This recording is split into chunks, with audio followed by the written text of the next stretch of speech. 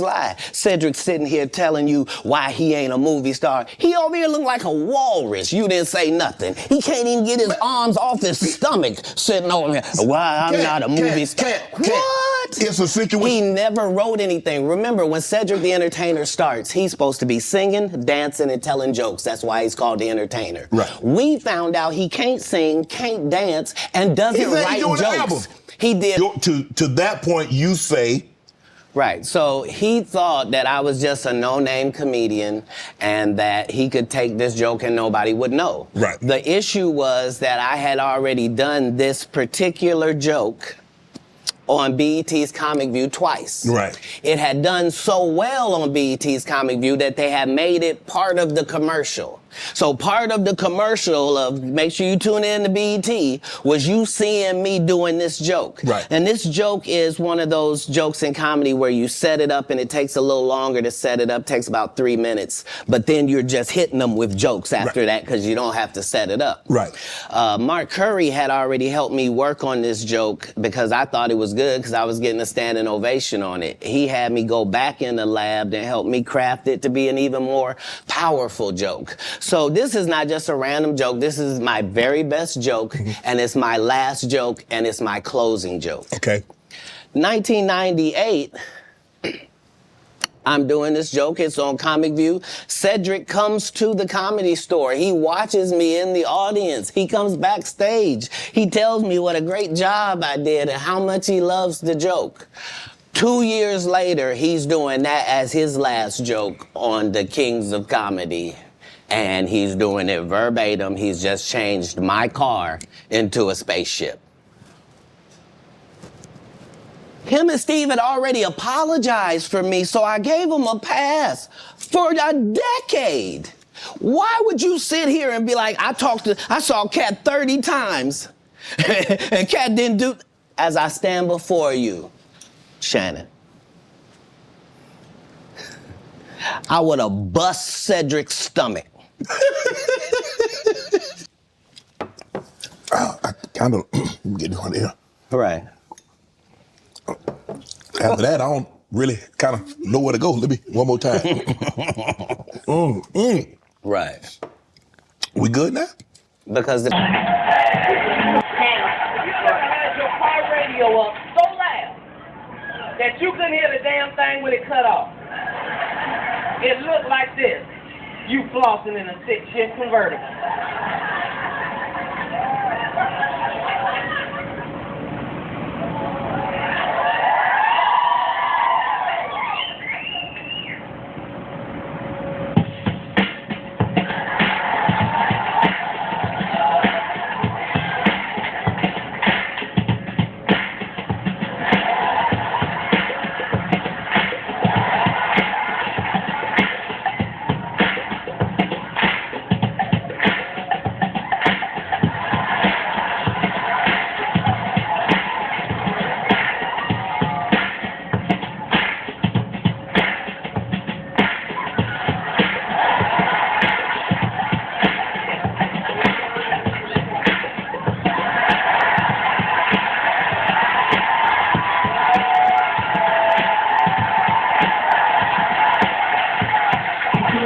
Cedric did the same thing. Cedric told you when you asked him, did you steal Katt Williams' joke? Yeah. He said, it don't line up. How it don't line up that I did it? They gonna move to the moon.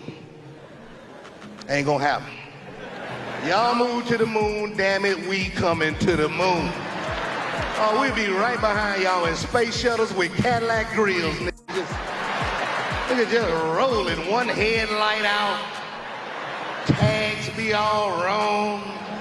All base.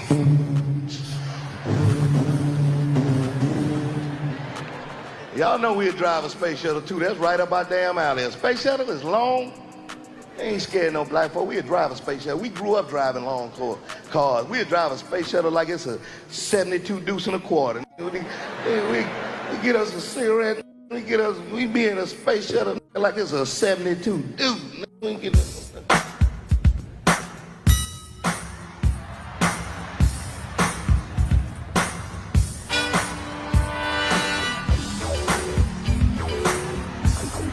No, but I'm saying. Just like people that tell you the Egyptians, they not black. Egypt is in Africa, folks. Yeah. As long as Egypt is in Africa, then Egyptians are African. What up, y'all? What's up? It's I'm gonna address this Cat Williams thing one time, man. I saw people on there really commenting about that. Look, I have no idea what this brother is talking about. That joke is over 30 years old, close to 30-something years old. I did the Kings of Comedy in 1999. Probably have been doing that joke 6, 7 years before that. I don't even know if Cat was doing comedy then. So, you know, again, he's a talented brother. I have no idea what he's talking about. I've never seen Cat do a space shuttle joke. So, you know, that may be something that he believes is true. I've written a lot of jokes. I've had a lot of comedians steal my jokes as well. So I understand if you feel, you know, slighted by that, but that's my joke. That's my joke, dog. Driving space shuttle to the moon, cigarette, cutie pie rocking in the background, parallel parking the space shuttle. If you give a liar a platform to lie, these people are not powerful. Satan can't create anything. That includes blessings for his people. That's why, you know what the #1 job of somebody that sold their soul in Hollywood is? What? Is to act like it didn't happen. They all do the same job. They canceled me for talking about Harvey Weinstein before the thing came out, but he offered to suck my penis in front of all my people at my agency. What am I supposed to do? He did all of that. I'm thinking I'm the only black person on the script. I get there, it's 3 other black guys on there. Woo. Huh. So you wonder what they did to get there. I told him no. What y'all do? And this is why when I walk in a room, heads go down. Behind my back, I'm nothing. I'm just a regular old comedian that's bitter and jealous. But in my face, no, no, no. The king has walked in and they have to respect it only because I've not taken the shortcuts. I've not been funded. They pay you to not talk about things they don't want you to talk about. They tell you that themselves. This is like Steve Harvey telling people he used to be homeless. That's my story. That's not his story. Steve Harvey wasn't never homeless. When Mark Curry was touring with him 25 years ago, he was making $3,000 a show in cash and doing 5 shows a week. They just tell the stories. Thanks to my wife, I'm where I am. You said that about the first wife. You forget that? You told us it was her. Then you went and married somebody else that think like a man. Like, what are you talking about? They think they can rewrite history. Steve told you that he stopped doing stand-up because he has 7 TV shows. The only problem is when he stopped stand-up, he didn't have those 7 TV shows. He stopped stand-up because he got in a comedy battle called the Championship of Stand-Up Comedy with one Katt Williams in Detroit in front of 10,000 people and lost because Katt Williams said he was actually bald and that was a wig. And I went in, and that's why he couldn't do stand-up anymore. Imagine him coming to tell you another story where for a 5-year period, every single movie that Kevin Hart did was a movie that had been on my desk, that all I had said was, just, can we take some of this step and fetch it shit out? And then I can do it. Like, it don't need to be overtly homosexual, because I'm not homosexual, right? It doesn't need that to be funny, right? Mm-hmm. And me saying that and them going, oh yeah, no problem. And then going to give it to this other guy and having him do it just like it was. And acting like I'm a bad person because I keep standing on my standard. But, yeah, it's interesting, but I wouldn't change it for the world. Like, again, I'm on the winning side of these. Understand that part. Kevin told you he wasn't gonna wear no dress until they offered him the dress, and then he put it on. And what did he say after he wore it?